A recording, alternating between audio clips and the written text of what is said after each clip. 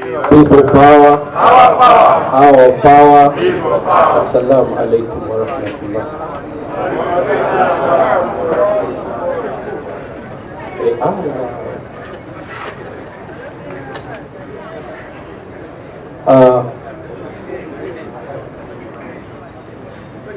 Kino bakikozesa kubikka ku mutwe kyeyamanya ennyanja asobola okuwulira ozizukikagenza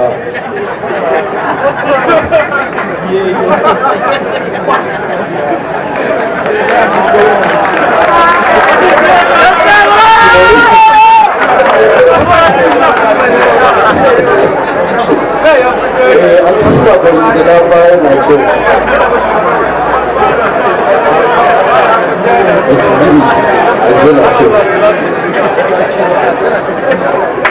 so ensonga enkulu ndowooza ereese ebizibu byonna abasajja bwe bakukwata bakubuuza emmundu gye ziri simanyi kuba wano waliwo emmundu tuba tufuna lanki omanyi bano nze mbadde katikkiro waabwe nze ntowa oda mu sseero era kyogola badowooza bakyalina ku mbuto ezo kubanga tubaddeyo bangi kati kaseero kaffe tubaddemu abantu 8 ya nze nakasookamu bankwata bankima ku mini price oli yava audience ava yankubira essimu nambuuza kuokola emigozi wegiti nti osobola n'okunteera erinnya ovulo kozi totumye wesitokidde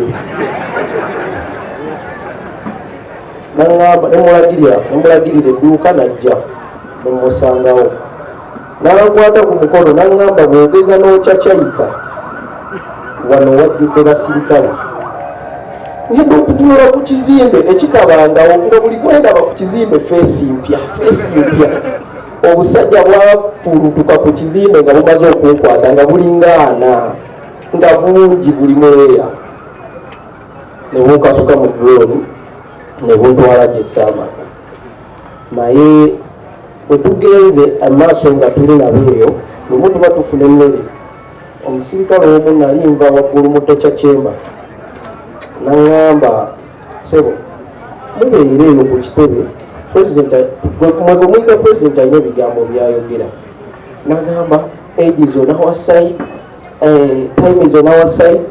Nagamba Mugabe, even the army is on his side.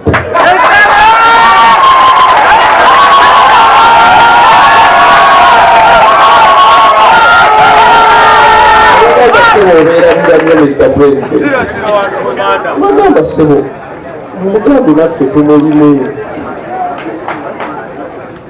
abalala bonna bamulimu abogerako ninaffe tukola ki tumulimu tulinze komandi ye so they know that you're the commander.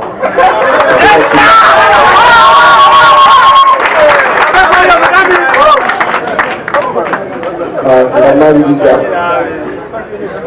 nga bannange amakanzi gawelibonu kubanga bannange sajja obukwatako ng'oli musiraamu kiba kiralamu ofuna ebyobusiraamu abasiraamu bakola abasajja abo bagira ti sajja mwabakola ki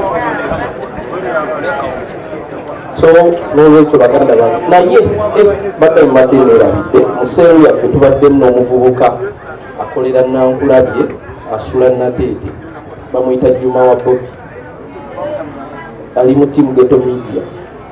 Juma wa Bobi tasobola kutambula. Juma wa Bobi bamukuba bubi ebigere wansi tasobola kutambula.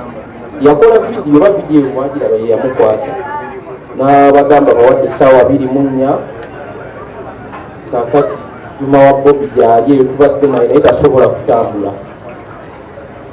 Inshallah. Assalamu alaikum.